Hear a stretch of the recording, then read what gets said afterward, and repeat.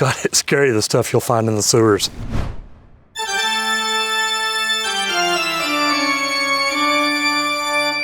So you've all heard the joke. If you pull up to a job and there's concrete in the plumbing system, collect your money first.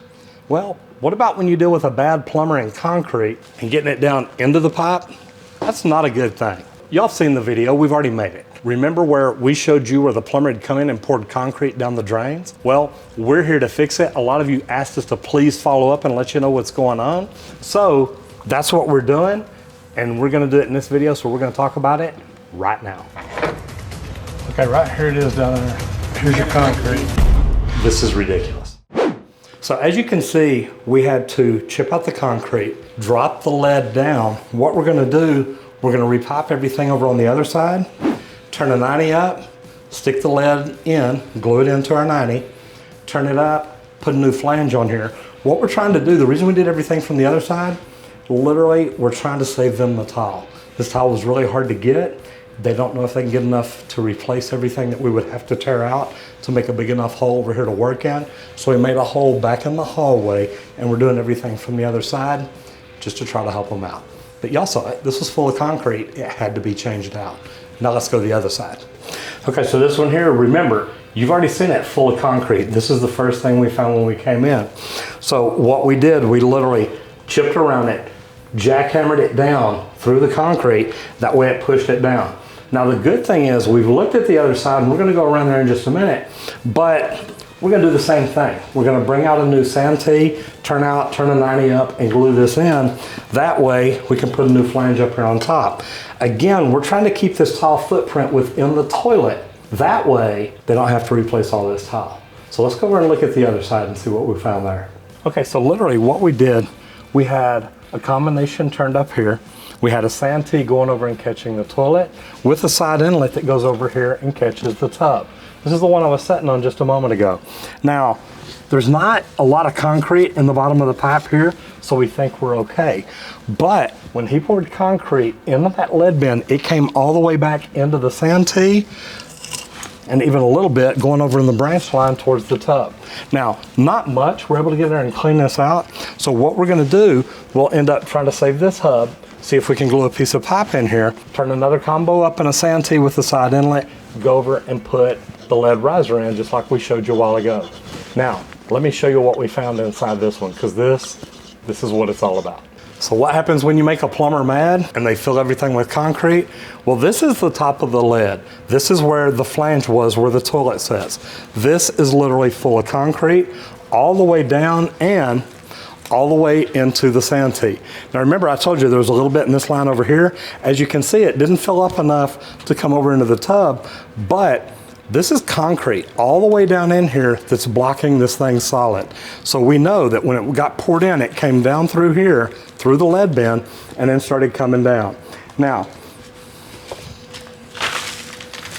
as you can see from the inside here, there's not any down in the bottom of the pipe. So we know that it was thick enough that literally it stopped right here in the top of the santee. Lucky for them, because now we can just replace all this right here and everything's good. Now, remember what I showed you from coming in from the two-way clean out, all the residue in the bottom? They may have tried pouring it in too watery in the beginning, and luckily enough water ran down from the lavatories or somewhere so that it washed it on out. But unfortunately, it looks like it may have pushed it out into the yard. We may have to deal with that later. Now, let's go over to the other side and look at the other toilet and see how bad it was or wasn't. So this is literally the piece that was in the wall. And we opened it up thinking we'd have to change out more pipe than we're probably gonna have to. But this is the vent going up. This is the lavatory arm coming over. It catches the two lavs in the other bathroom. But we're able to shine the light down in here. There's no concrete down in this 90. So it didn't make it all the way back to the santee. So what we're gonna try to do is get in over here on the other side, cut this horizontal piece coming into the santee, see if we can save that fitting, and glue a new piece in, put a 90 on in the lead riser. The lead and that piece both have concrete in it. Luckily, it didn't get all the way back here into the main, so most of our problems are there at the two-way clean out and out the other side. Once we change out these two lead risers, we're gonna be good. So you saw us yesterday, we cut out the ABS cleanouts, and yes, I said ABS. Guys, this is only the second time I've ever seen ABS installed here in the North Texas area. I actually called a friend of mine, been plumbing as long as I have. He said it's about the same, probably 2 times in 40 years. But what we've done, we cut it out, we replaced it. We looked inside, there's still a little bit of concrete residue going this way, but since it's out in the yard, we're gonna come in later, we're gonna try to run a sewer machine, see if we can clean it up without having to replace it.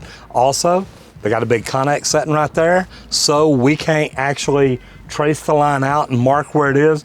There's a little bit of a belly, it's holding water. We don't know if concrete has gone down and clogging it up there or what. We ran a camera through, we're able to go past it, but we'll get more information on that in a little bit. But right now, what we've got the 2-way cleanouts installed, and this is great because now we can put a test ball right between them and test the work that we did on the inside. Now, let's go inside and I'll show you what we did there. So as you can see, we changed out the ABS from down below and tied back onto the piping that the other plumber had put in.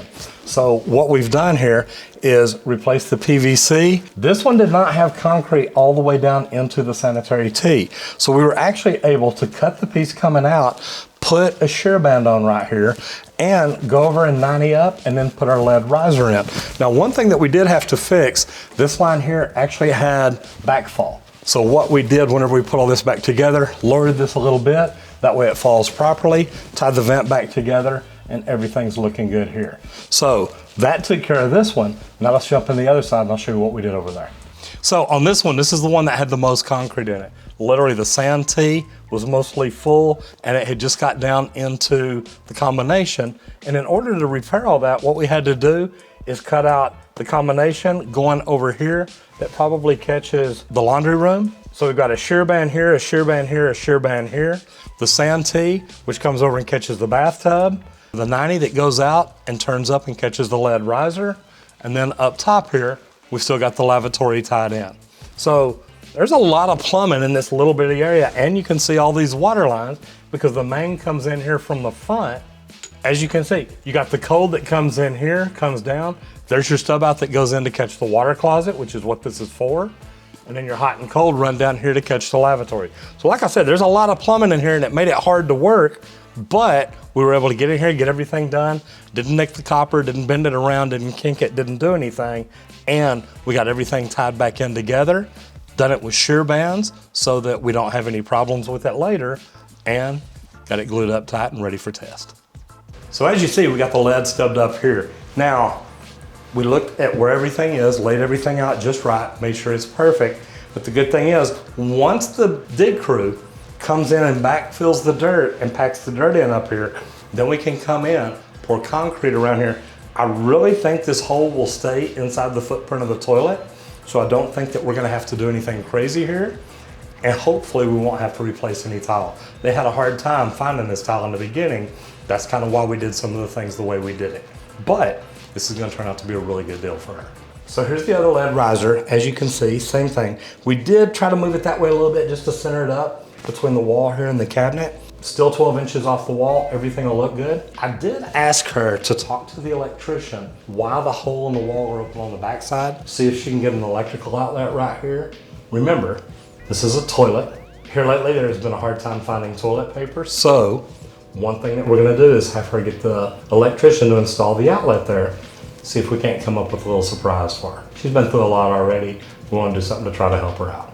So guys, that's what it is. I mean, think about it. When a plumber gets so mad that he comes over and pours concrete down the lead bins, guys, that's expensive. That's a lot of problems. That's a lot of vandalism going on.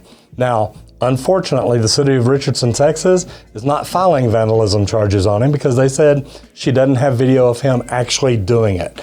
Even though he carried the concrete in, carried a bucket in, everything else, they have no proof of it. So, do me a favor, if you're a plumber or if you're a customer and you've seen or heard of something like this happening before, do me a favor and please leave a comment down below and let me know how it turned out for them. If you like this video, give us a thumbs up and share it with somebody who you think may enjoy it. I'm Roger Wakefield, Lead AP, the expert plumber. We'll see you in the next video if you don't get flushed.